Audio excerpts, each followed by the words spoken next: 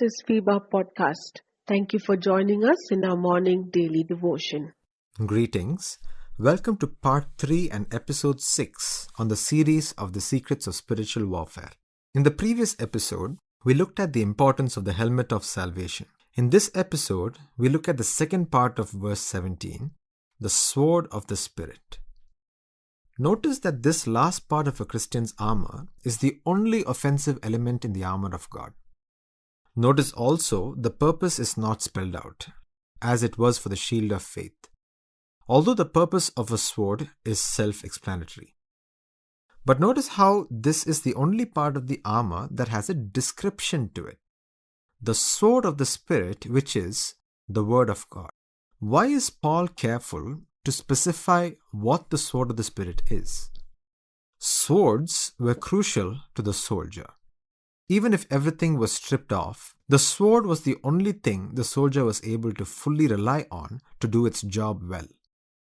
This refers to the perfection in construction and long-term dependence of the sword.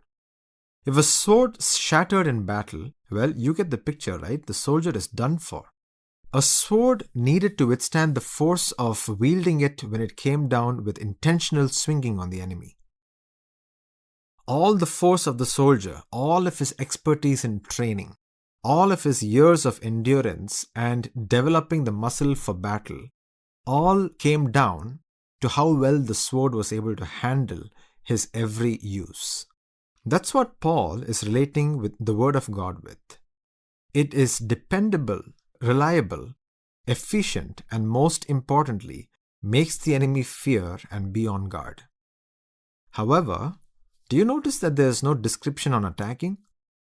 If the armor of God was for spiritual warfare, why is there no description on attacking? A good Bible study would help us indicate the importance of certain words by looking for their occurrence within the book under study itself. So, if we were to look at the Word of God, where else in the book of Ephesians does this word occur? The only other place where the word occurs is in chapter 5, verse 25. Fascinatingly, it's the marriage passage. And it is in the context of Christ sanctifies his church by the washing with water through the word. So this indicates that rather than attack, the emphasis here is preparation.